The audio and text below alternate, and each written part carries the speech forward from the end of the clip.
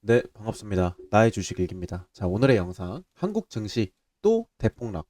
오늘 영상 안 보시면 후회합니다. 라는 내용으로 영상 준비 한번 해봤고요. 그 다음에 제가 블로그에다가 지금 매일매일 글을 쓰고 있습니다. 오늘은 삼성전자 실적 발표 후 더 내려가는 이유 알고 가기라는 내용으로 블로그에 글 써드렸으니까 한 번씩 시청 부탁드리고 영상 시청하시면서 좋아요, 댓글, 그 다음 구독, 알림 설정까지 한 번씩 부탁드리도록 하겠습니다. 자, 일단 오늘의 시장 한번 좀 보고 가야겠죠? 바로 기관의 막판 버티기입니다. 자, 61선 지키려는 매수세가 지속적으로 보이고 있어요. 그렇다는 것은 연기금 매도를 유예시키고 일단 61선을 지키고 그리고 일단 나중에 생각하자라는 느낌인 것 같습니다. 결국 폭탄은 계속 떠안고 가겠다는 그런 좀 시그널로 볼 수 있죠. 그 다음 올해 6번째 서킷 브레이커가 발동을 했습니다. 자, 몇 년에 한 번 나올까 말까 한 서킷 브레이커가 올해만 벌써 6번째. 이 말도 안 되는 변동성을 설명해주기 참 어렵다는 생각이 들고 있고 마땅한 시장의 악재도 없다고 봐야 합니다. 자, 왜 그러냐? 바로 오늘 삼성전자가 잠정 실적 발표를 했고 그 잠정 실적 발표가 거의 90조 원에 달합니다. 영업이익이. 세계 1위예요. 세계 1위. 세계 1위인데도 불구하고 뭐 어떤 이유로 도대체 하락을 했냐에 대해서는 블로그에도 남겨드렸지만 일단 뭐 셀온 우리가 흔히 말하는 셀온이 좀 작동을 했다라고 생각을 하시면 돼요. 자, 그 다음이 이제 이전부터 제가 하락을 계속해서 예견을 했습니다. 유튜브 영상을 자주 보시는 분들은 아시겠지만 이전부터 계속 하락을 예견하고 있고 그 이유를 꾸준히 설명을 드렸어요. 반도체 버블도 아니고 현 이유는 정부와 밀접한 관계가 있다라고 설명을 했습니다. 외인이 결국 시장에 매수세를 붙이지 못하면 이 상태로 시장은 계속 하락 추세가 이어질 거라고 생각을 하시면 될 것 같아요. 자, 그러면 이제 이유를 좀 봐야겠죠. 바로 외인은 왜 국장에 매도를 하는가입니다. 바로 고환율에 따른 환차손 공포가 있어요. 자, 외국인들은 한국 주식을 살 때 달러를 원화로 바꾸고 또 반대로 주식을 팔고 나갈 때는 원화를 달러로 다시 바꿔서 나가는데 환율이 이렇게 오르면 원화 가치가 당연히 하락이 되는 거죠. 하락하고 설령 한국 주식으로 5%의 이득을 받더라도 달러로 바꿀 때에는 이 환율 때문에 더 큰 손해를 보는 환차손이 발생을 합니다. 자, 그러면 환차손이 발생을 하니 그냥 지금이라도 팔고 나가자라는 심리가 어느 정도 작용할 수 있다는 거죠. 자, 그다음 두 번째가 한미 금리 역전 및 글로벌 고금리의 장기화예요. 바로 미국을 비롯한 글로벌 주요국들의 금리가 인하되기보단 높은 수준을 유지하거나 인상하는 반면 한국과의 금리 격차는 여전히 큽니다. 자, 이번에 이제 미국 같은 경우는 결국 세 차례 정도 금리 인상을 추가적으로 진행을 하겠다고 했어요. 그렇다는 것은 0.25%를 몇 번? 세 번 정도 올리겠다는 거죠. 그럼 0.75%가 또 추가로 금리를 인상하겠다는 계획을 밝히는 겁니다. 근데 현재 한국 같은 경우는 아직 금리 인상에 대한 어떠한 시그널조차 없는 상황이에요. 그렇다는 것은 한국은 지금 금리를 올리지 않을 가능성이 좀 높은 거죠. 그렇게 되면은 아무래도 계속해서 고환율이 유지가 될 것이고 그 유지가 되는 데서 당연히 국내 시장에는 높은 확률로 외국인들의 매도세는 꾸준히 이어갈 가능성이 상당히 높은 상황이다 라고 생각을 하시면 됩니다. 결국 돈은 본능적으로 안전하면서도 이자를 많이 주는 곳으로 흐르게 돼요. 그러니까 굳이 리스크가 있는 한국 시장보단 금리가 높은 미국의 채권이나 안전자산, 우리가 안전자산이라고 하면 뭐가 있죠? 이제 나의 원금이 보호가 되는, 어떠한 이유에서도 나의 원금은 보호가 되는 이제 뭐 적금, 예금 요런 쪽을 안전자산이라고 합니다. 안전자산으로 자금을 회수하는 것이 외국인 입장에서 훨씬 유리한 선택이 될 가능성이 높다라고 생각을 하시면 좋을 것 같습니다. 자, 그러면 세 번째 이유까지 봐야겠죠? 바로 세 번째 이유는 연기금의 유예는 폭탄을 가지고 가는 것이다 라고 제가 꾸준히 그리고 누차 말씀을 드렸습니다. 자, 보유 비중을 늘려주고 즉시 매도 못하게 그리고 하루 매도 한도 축소를 걸어줘도 결국 외인이 느끼기에 본질은 매도가 우위라는 사실입니다. 목표 비중을 늘리고 매도 유예를 해줘도 결국 매수할 상황이 아니라 매도할 상황이라는 것은 변함이 없기 때문이에요. 거기에 정부의 증시 개입에 대한 피로감이 생기는 거예요. 시장의 원리에 따라 리밸런싱이 진행되어야 하는데 계속 룰을 바꿨죠. 룰을 바꾸는 게 한국 시장은 제도가 일관적이지 못하고 불확실하다는 인상을 줄 수밖에 없는 겁니다. 자, 그러면 왜 그러면 일본 시장에선 지금 현재 외인이 매수를 하고 있냐? 간단합니다. 뭐 반도체적인 이유도 물론 존재는 해요. 하지만 연기금의 포지션에 따른 불확실성을 일본에선 보여주지 않았기 때문에 일본의 시장이 안정적이구나 라는 생각을 가질 수밖에 없게 되는 겁니다. 자, 결국 자국 증시를 대하는 연기금 포지션 차이가 일본으로 향하게 만드는 중요한 이유가 됐다라고 저는 조금 생각을 하고 있어요. 그러니까 이제 뭐 이런 PPT 제가 준비하는 내용 중에 다 적지 못하는 내용도 많거든요. 근데 이제 그런 부분은 제가 또 블로그에다가 올려드리니까 블로그 들어가셔서 한 번씩 확인하시는 것도 하나의 방법이 될 수 있다라고 생각을 하시면 좋을 것 같아요. 근데 일단 좀 중요한 포인트가 있습니다. 그 중요한 포인트가 뭐냐면 결국 연기금은 왜 팔지 못하고 있는 것이고, 그 다음에 한국 시장은 왜 도대체 지금 현재 한국에서는 금리 인상을 못하는가에 대해서 우리가 한번 간단하게 생각을 해보자는 거예요. 자, 일단 금리를 인상하지 못하는 이유는 조금 어느 정도 저는 좀 예상은 돼요. 예상은 되는 이유가 뭐냐면, 자, 금리가 인상이 되면 자금이라는 게 바로 분할이 됩니다. 지금같이 금리가 낮고 어차피 은행에 넣어놔도 크게 금리가 높지 않은 상황에서는 주식시장으로 높이 좀 자금이 쏠리는 경우는 늘 매번 같은 패턴을 보여줬어요. 그때가 언제냐? 바로 대표적으로 어떨 때 그랬죠? 바로 코로나 이후입니다. 코로나 이후 미국 같은 경우는 금리를 엄청나게 높였습니다. 엄청나게 높였지만 한국은 그에 비해 금리를 높이지 않았어요. 근데 그때 한국의 문제가 뭐였냐면 그냥 일본처럼 제로 금리로 가든가 아니면 미국보다 올라섰어야 됩니다. 올라갔어야 돼요. 근데 그게 아니라 어중간한 포지션을 잡았었고, 이게 결국 이때 당시에 정말 많은 자금이 주식 시장에 흘러 들어오게 됐던 계기도 됐지만, 결국 그때 기점에서 주식이 엄청나게 하락을 했었기 때문에 이 물량이 다 어디로 갔냐? 이 자금은 전부 이탈되었습니다. 그러면서 주식시장이 그 이후로 어떻게 됐죠? 우리가 차트를 한번 보면 아실 수 있지만, 자, 이때 제로금리 이후 주가가 3,000포인트를 넘게 올라갔었지만 결국은 계속된 하락세를 보였습니다. 그 하락세를 어디까지 이어갔냐? 바로 거의 24년까지 하락세를 이어갔다라고 생각을 하시면 됩니다. 어느 정도의 변동성은 꾸준히 나왔어요. 변동성은 꾸준히 나왔지만 결국 하락폭이 정말 컸었고, 결국은 이게 2,500포인트 정도까지 내려오는 약 1,000포인트 내외로 하락하는 모습까지 보여줬습니다. 자, 그 말이 무엇이냐? 우리가 쉽게 생각을 하시면 돼요. 여기서 엄청나게 많은 자금이 투입이 되었지만 이 자금이 투입된과 동시에 어떠한 이슈가 있었죠? 바로 고점이라고 생각을 하고 계속되는 매도 물량이 나왔었습니다. 매도 물량이 나오면서 주가는 자연스럽게 하락을 이어가고, 그 하락 구간에서 일정 부분에서 손절이 이뤄지면서 이 손절된 물량은 다시 주식시장으로 재투입되는 게 아니라 이탈되는 그런 현상을 겪었던 거죠. 그 현상이 지금 어떠한 결과를 초래하냐? 지금의 시장과 어느 정도 저는 좀 비슷하다라는 생각이 솔직하게 들어요. 자, 그 이탈된 포지션이 지금도 최근에 비슷한 상황이 생겼다 라고 저는 조금 냉정하게 보여집니다. 자, 일단 최근에 제가 주식 이제 유튜브를 별개로 저도 이제 개인 트레이더이기 때문에 저도 이제 혼자서 개인 매매를 꾸준히 하고 있고, 지금 물론 쉬고 있습니다. 왜? 변동성이 너무 강하기 때문에 원래 지수 추종 베팅을 조금 하다가 지금 현재는 쉬고 있는 상태고, 저는 차라리 돈을 안 벌더라도 무포해서 돈을 잃는 것마저는 지켜보자 라는 입장이 조금 더 강하기 때문에 버티고 있는 상황인데, 자, 개인 트레이더, 저도 이제 개인 트레이더 말고 전업 트레이더라고 얘기를 할게요. 저도 지금 현재 전업 트레이더인데 주변에 주식 하는 트레이더, 그리고 뭐 그냥 개인 투자자, 이런 사람들과 이제 뭐 개인적으로 연락도 자주 하거든요.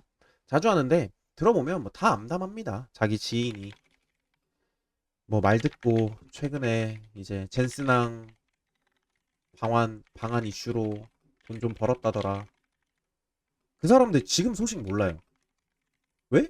개박살 났으니까. LG 이노텍, LG전자 거의 초고점에 물려있다 들었어요. 200만원, 300만원 간다라고 했다고 들었습니다. 갔나요? 못 갔죠. 오히려 박살이 나버렸죠. 그러면 그 사람들 자금 어떻게 될 것 같으세요? 물려 있다가 어느 정도 구간 오면 그냥 자르고 그 돈 바로 뺍니다. 그러면 결국 주식시장에서 손실만 보고 떠나는 거죠. 그러니까 이런 패턴이 이렇게 고점이 한 번씩 올 때마다 매번 같은 성향을 가졌던 거예요. 자, 그러면 우리가 조금 마저 얘기를 해보면 결국 금리가 인상하지 못하는 가장 큰 이유. 일단 첫 번째, 정부가 주식시장에 많은 자금을 유입시켰어요. 이게 첫 번째 이유가 됩니다. 주식시장에 많은 자금을 유입시켰어요. 그 상황 속에서 어떠한 것들이 부가적으로 붙었냐? 바로 부동산 규제였습니다. 부동산 규제, 대출 규제, 이런 것을 만들면서 그 돈이 주식시장으로 흘러가게 유입이 됐습니다. 자, 근데 지금 현재 어떻죠? 만약 금리를 올려버리면 다시 이제 안전자산, 제가 아까 말씀드렸잖아요. 안전자산. 자, 안전자산. 왜 안전자산으로 가냐? 바로 금리가 오르지 못하기 때문에 안전자산 쪽으로 가는 게 자금을 회수하는 것이 훨씬 유리한 선택이 될 수 있다는 거예요. 그렇다면 안전자산이 뭐가 있을까요? 일단 적금 금리 오르겠죠. 금리를 올리면 적금 금리 오르고 또 예금 금리도 오릅니다. 그러면 차라리 주식시장에서 지금 이 하락장에서 리스크를 보는 것보다 차라리 나가자. 나가서 우리 예전처럼 적금, 예금 넣자 라는 분명한 사람들이 엄청나게 많이 생길 것이 분명하다는 거죠. 자, 그러면 또 결국 주식시장의 개인 예탁금의 자본은 꾸준히 빠져나가겠죠. 자, 이게 빠져나갔을 때 단점이 뭐냐? 지금 제가 누차 설명을 드렸지만 현 코스피를 기준으로 말씀을 드리면 지금 61선 이악 물고 지지받는 거 보이시죠? 이 61선 이악 물고 지지받는 이 매수세가 어디서 나오냐 도대체? 바로 개인에서 나옵니다. 개인에서. 개인 예탁금이 계속 막고 있는 거예요. 막고 있고 거기에 지금 막판에 동시호가에서 기관이 던지긴 했습니다. 근데 그 던진 물량 외인이 받았고요. 그 금액이 약 7천억 가량 될 것 같네요. 7천억 정도를 손바뀜 형태가 일어났고 그리고 장 막판에 이제 저희 아까 서킷 브레이커 걸렸을 당시에 생각을 해보시면 서킷 브레이커 걸린 이후로 기관이 약 5천억을 넘게 매수를 들어갔어요. 그렇다는 것은 이 61선 지키고 가겠다라는 입장이 분명한 겁니다. 왜? 외국인은 61선을 지킬 의향이 전혀 없어요. 61선을 지킬 입장은 전혀 없고 61선 밑으로 121선까지 외인의 입장에서 내려오길 원하는 거예요. 6,500포인트까지 내려와 주길 원하는데 지금 계속해서 어디서 브레이크가 걸리죠? 바로 61선에서 브레이크가 걸리죠. 자, 근데 이 61선을 지키려는 이유는 너무나도 명확합니다. 제가 이전부터 꾸준히 좀 말씀을 드렸지만 자, 여기를 바꿔보면 우리가 알 수 있죠. 자, 반도체로 바꿨을 때 보시면 아시겠지만 뭐가 있죠? 바로 삼전 닉스의 신용이 걸려 있죠. 이 신용이 원래 증거금률이 20%였는데 이게 상향됩니다. 몇 프로로? 30%로. 자, 그렇다는 거 증거금률 30%의 신용 초과다. 쉽게 생각을 하시면 돼요. 계산기 두들겨 보면 결과가 나와요. 결국 마이너스 30% 전에 반대 매매 나가고 추가적으로 지금 이미 본 계좌는 녹았을 가능성이 상당히 높다 라고 생각을 하시면 됩니다. 왜 녹냐? 자, 내가 30만원을 가지고 100만원치를 살 수 있어요. 그러면 수익이 반대로 나면 좋겠지만 마이너스 폭이 날수록 이 100만원에 대한 가치가 떨어지는 게 아니고 이 30만원에 대한 가치만 떨어집니다. 자, 그러면 이 30만원이 어디까지 녹냐? 이미 마이너스 20%가 됐을 때는 본 계좌의 마이너스는 80%가 넘을 것이고요. 80%가 넘고 그리고 지금 현재 뭐 30%까지 가면 뭐 이미 100% 녹았다고 생각을 하시면 됩니다. 자, 그러면 지금 현재 상황은 어떠냐? 자, 신용이 걸리던 시기를 우리가 생각을 해보시면 됩니다. 신용이 이 구간에 다시 걸렸었거든요. 신용이 딱 요 캔들, 이 두 개의 캔들에서 신용이 딱 걸렸던 걸 우리가 생각을 해보면 자, 이때를 그냥 기점으로 지금까지 내려보면 약 10% 빠졌네요. 그러면 일단 10% 정도 하락이 나왔던 거고 그리고 2차적으로 신용이 걸렸던 때가 바로 이때예요. 이때가 1차 그리고 요때가 2차로 신용이 풀렸다 걸렸다가 반복이 됐습니다. 자, 그러면 여기서 지금 현재 사둔 사람들은 마이너스 15% 정도 원래 증거금 20%면 곧 반대 매매였어요. 근데 어찌 저찌 버텼습니다. 일단 어찌저찌 버텼어요. 근데 문제는 이제 시작이라는 거예요. 결국 이제 시작이라는 거고, 제가 느끼기에는 결국 이 121선까지는 주가가 내려올 거라고 저는 생각을 하거든요. 6,500포인트까지는 내려올 건데, 이 6,500포인트까지 내려왔을 때 그러면 여기에 기존에 물려있던, 제가 말씀드렸던 여기에, 그리고 삼전 닉스의 신용 물량이 어떻게 될 것이냐, 이게 문제인 거죠. 이 신용 물량이 여기까지 내려올 때는 이제 반대 매매인데, 그렇게 되면 반대 매매 물량, 그러면 어떠한 현상이 나타나죠? 바로 반대 매매 물량, 그리고 외인의 매도세, 이거를 누가 받을 겁니까? 누가 받을 건지, 그거에 대해서도 리스크가 크다는 거예요. 그래서 외인이 사실 전반적으로 더 세게 던질 것이라고 예상을 했지만 더 세게 던지지 못하는 이유는 간단합니다. 받을 주체가 없어요. 받을 주체가 없습니다. 누구라도 받아줘야 되는데 뭐 기관이 받아주지 않을까요? 기관 못 받죠? 왜? 지금 연기금도 뭐 보유량까지 조절해가면서 유예시켰는데 받을 수 있는 물량 없고, 제가 아까 말씀을 드렸지만 어쨌든 지금 현재 연기금의 리스크는 뭐냐? 결국 매수보단 매도가 우위에 있다. 즉, 살 수 있는 것보다 팔아야 될 게 더 많은 상황이기 때문에 어쩔 수 없이 연기금을 배제를 시켜놓고 나머지 기타 금융 기관 쪽에서 붙여줄 것이냐, 이거에 대한 미지수는 지금도 존재를 합니다. 그럼 결국 누가 받냐? 결국 개인이 받아요. 이러면 결국 또 개인이 받습니다. 근데 여기서 금리 올리면 그 받을 예탁금마저, 예탁금까지도 사라질 수 있다는 거죠. 이게 중요한 포인트인 겁니다. 그 받을 예탁금까지도 사라질 수 있는 것이고, 자, 그렇게 됐을 때 지금 이 구간에 그리고 개인의 자금이 2에서 30억 정도, 2에서 30조 정도 들어가 있습니다. 이미 2에서 30조 중에 여기서 정말 많은 금액이 녹았겠죠. 벌써 이미 증시가 10% 이상 밀렸기 때문에 녹았을 가능성이 있고, 61선 지금 이악 물고 지지 받으려는 포인트 너무나도 눈에 보입니다. 눈에 보이지만 제가 말씀드렸잖아요. 어떻게 움직여야 된다고? 코스피가 바로 지금 61선, 그 뒤엔 121선, 7600포인트와 6500포인트 사이에서 박스권을 그리면서 어느 정도 자금 털어낼 거 털어내고, 이때 뭐가 나와야 되냐? 바로 연기금이 여기서 리밸런싱을 시작을 해야 돼요. 여기서 리밸런싱을 시작을 해서 어느 정도 조정을 줍니다. 이 정도 구간까지 오면 외인도 사요. 왜?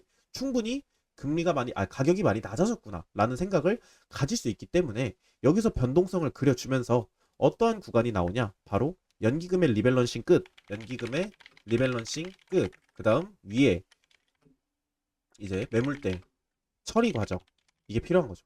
변동성을 주는 만큼 어느 정도 개인들 중에는 충분히 손절을 하시는 분들이 상당히 많을 거예요. 그렇다는 것은 이 위에 물려있는 이 2, 30조를 결국 털고 가길 원할 거란 말이죠. 외국인의 입장은 명확합니다. 외국인은 위에 물려있는 개인 2에서 30조 자금 털고 가자 입장인 거고, 기관은 이거 털리면 큰일 난다, 지켜주자, 지금 현재 이 포지션인 거예요. 근데 왜 지켜주자고 하면서 왜 파냐?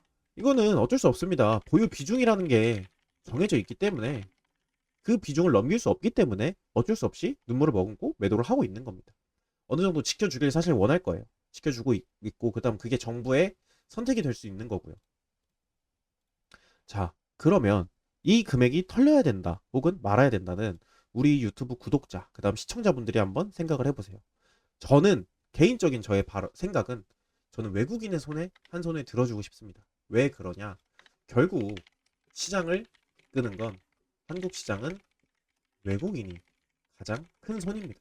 외국인이 가장 큰 손이고, 그 외국인의 손을 놓아버리는 순간 시장은 아마 다시는 이 9,000포인트가 와 정말 높았구나 라는 생각이 들 정도로, 그렇게 됐을 때는 정말 뭐 심할 때는 뭐 1000포인트까지 떨어질 가능성도 우리가 염두를 해야 된다는 거죠. 그러니까 외국인 없이 주식시장을 돌린다는 것 자체가 불가능에 가깝다라고 생각을 하시면 이해가 조금 쉬우실 것 같아요. 결국 외국인은 어쩔 수 없이 우리가 공존을 해야 하는 상황인 것이고, 그 외국인의 비중을 우리가 결국은 챙겨갈 수밖에 없는 거죠.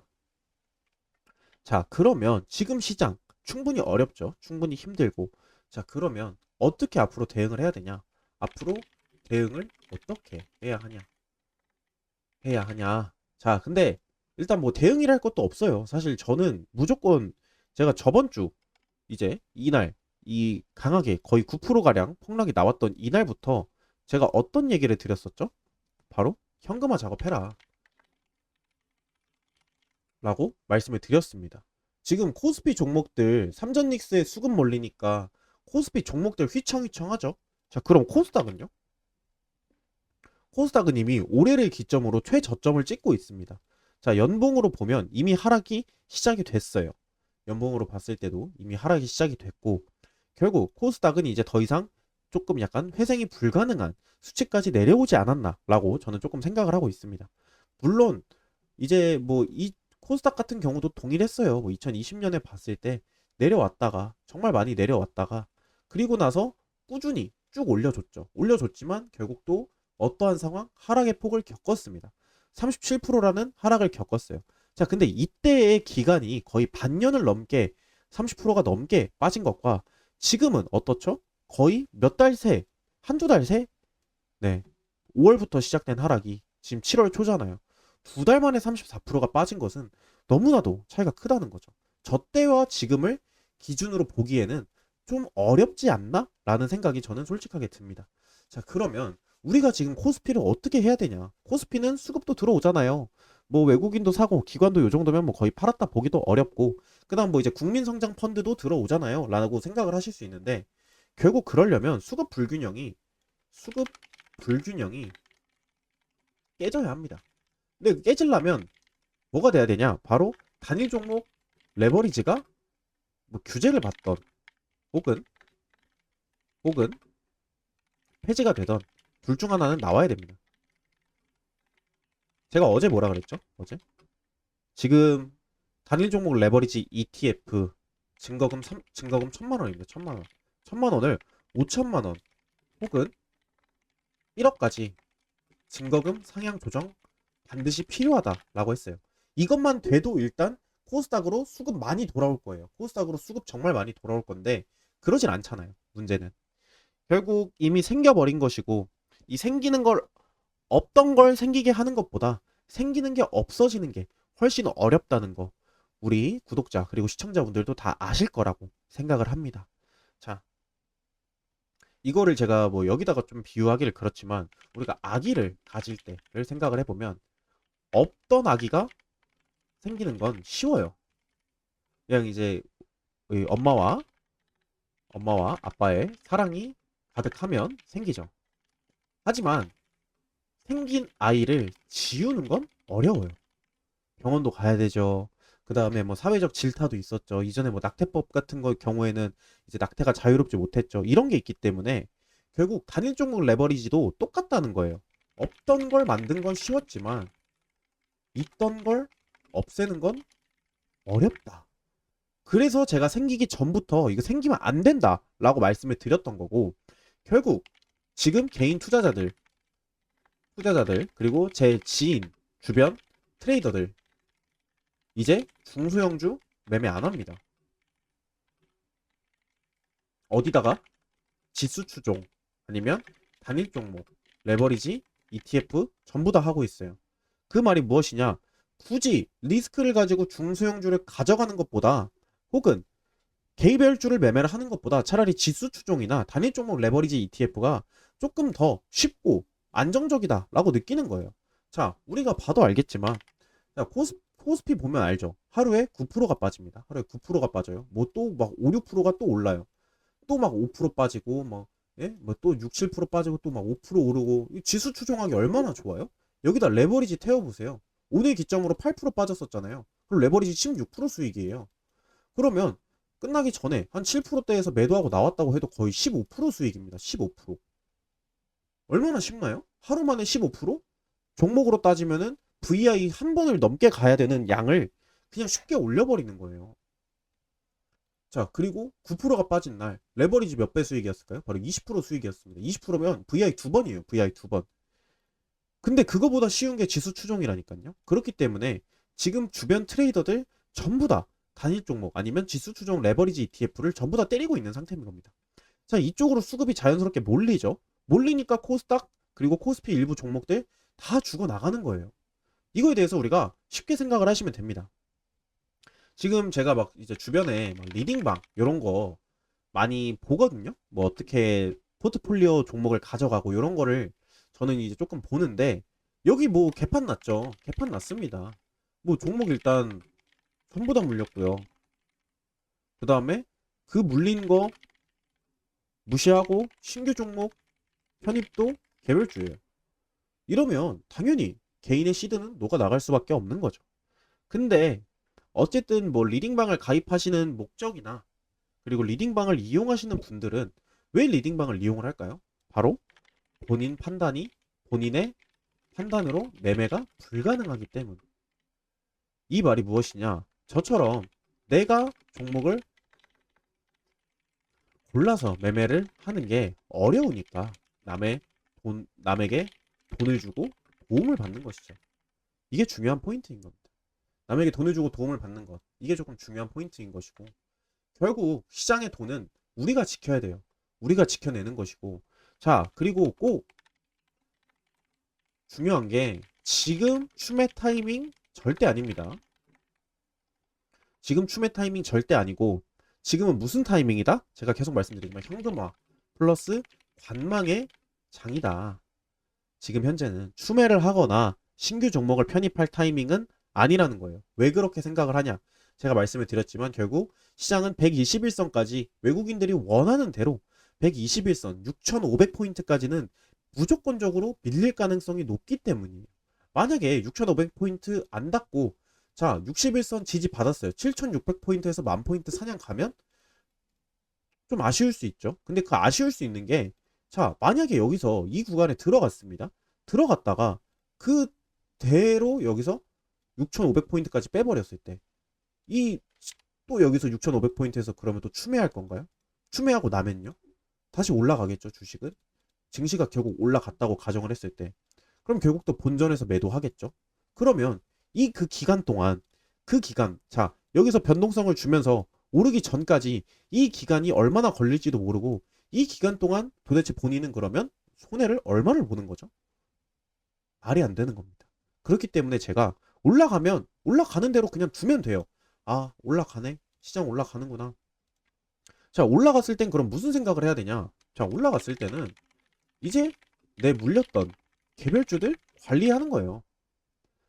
올라갔을 때 이제 내 물렸던 개별주들 관리하면 되는 거고, 내려오면 추매 혹은 신규 종목 편입에 포커스를 맞춰서 대응을 하시는 게 맞다라는 거죠. 결국 제가 말씀 누차 드리지만 전 하방론자가 아닙니다. 저는 지금 애초에 관심 종목으로 코스피 200을 담아두고 있어요. 그게 무슨 말이냐? 결국 롱에 베팅을 하겠다는 건데, 아직 타이밍이 맞지 않으니 롱에 베팅을 하지 않는 것이고, 저는 이 6,500포인트가 왔을 때 롱에 조금 과감하게 한번 베팅을 해보려고 생각을 하고 있습니다. 자, 그럼 그 말이 무엇이냐? 눌릴 때는 눌리는 걸 눌린다 라고 말하면 하방론자인가요? 아니죠. 건강한 조정은 충분히 필요하다는 겁니다. 여기서도 매번 아닙니다, 이제 오릅니다 라고 하는 게 오히려 이게 더 잘못됐다는 거죠. 이게 저는 솔직히 조금 불편하고요. 왜 불편하냐? 정말 오를 거라고 생각하면 롱 투자하시면 되잖아요. 안 하잖아요. 근데 저처럼 뭐 숏, 롱 투자 안 하잖아요. 결국 말만 뻔지르르 하는 그런 채널 뭐 이런 거는 조금 우리가 알아서 좀 필터링을 가지실 필요성이 있다라는 말씀을 솔직하게 한번 드려봅니다. 결국 시장은 6,500포인트까지는 내려와야 돼요. 내려오고 여기에 있는 개인의 매물들, 물량들 정말 아쉽지만 지금은 털어내는 게 맞습니다. 털어내는 게 맞고, 이 털어내는 상황 속에서 당연히 곡소리 나고 충분히 힘든 구간인 거 알아요. 그 힘든 구간 제가 그래서 지금 어떻게 해라? 현금화하고 관망의 장으로 늘 바꾸라는 겁니다. 자, 그랬을 때 7천에서 10,000포인트를 먹는 것과 6천에서 10,000포인트를 먹었을 때 이익에 대한 가치를 따져보라는 겁니다. 거의 개별주로 따지면요. 개별주로 따지면 거의 이 두 배에서 세 배 정도 차이가 날 수도 있어요. 그렇기 때문에 좀 너무 부담스러워 하지 마시고 지금은 현금화 그리고 관망으로 포지션을 바꾸셔라. 자, 돈이 논다고 내 시드가 지금 시장에 들어가 있지 않아서 그냥 예수금으로 단순히 박혀 있다고 아까워하지 마세요. 그 돈 넣었다가 만약 그 돈 9,000포인트에 박았어 봐요. 여기서 들어갔다고 가정을 해보세요. 이 구간쯤에서. 그럼 지금 결국 마이너스 20%예요. 종목들. 이 구간에서 들어갔으면 이미 마이너스 20%인데 종목으로 따지면. 그러면 그 금액은 도대체 누가 환산을 해줍니까? 오히려 지금은 홀딩 그리고 관망, 현금화가 돈을 버는 겁니다. 현금화가 돈을 버는 것이다 라고 생각을 하시면 돼요. 저라고 만 포인트는 충분히 도전 가능해요. 도전 가능한데 지금은 안 된다는 거죠. 지금은 어렵고 눌렸다가 갈 가능성이 높다는 거죠. 결국 저도 기조를 만 포인트는 어느 정도 갈 것이다 라고 생각은 무조건적으로 하고 있습니다. 하고는 있지만 중요한 게 지금의 장에서는 못 간다는 거예요. 지금의 장에서 갔을 때는 아마 높은 확률로 그 만 포인트에서 정말 많은 개인의 예탁금이 박힐 것이고 그 막히는 기점에서 바로 7,000포인트까지 내려올 거예요. 그렇게 됐을 때 7,000포인트까지 내려오면 지금 9,000에 물려서도 곡소리가 나는데 만 포인트에 물리면 그때부터는 정말 개인의 예탁금은 다 녹아내릴 가능성이 상당히 높습니다. 자, 그래서 오늘의 시장이 지금 이 시장이 이겨내려면 무조건 화이팅 힘내시고 그 다음 계속된 현금화 작업하세요. 그리고 관망하시다가 유튜브 보면서 제가 이젠 담아도 될 것 같다 라고 말씀드릴 때 원하시는 종목에 넣으시면 될 것 같습니다. 뭐 이때 가서 제가 넣어도 된다라고 하면 저도 다시 아마 저기 투자를 하고 있겠죠. 근데 지금은 진짜 현금화가 맞습니다. 지수 추종 베팅 하시는 분 아니면 현금화가 맞으니까 꼭 이런 거를 우리가 잘 알아서 대응을 하시면 좋을 것 같습니다. 자, 그래서 오늘 시장 충분히 힘들었지만 그래도 잘 버텨내셔서 우리가 이번 주 그리고 이번 달 올해는 결국 웃으면서 내 계좌가 결국은 수익이 났구나 라는 것을 보시면서 이겨내셨으면 좋겠습니다. 자, 여기서 녹화 마무리하고요. 영상 시청해주셔서 감사합니다. 녹화 끝!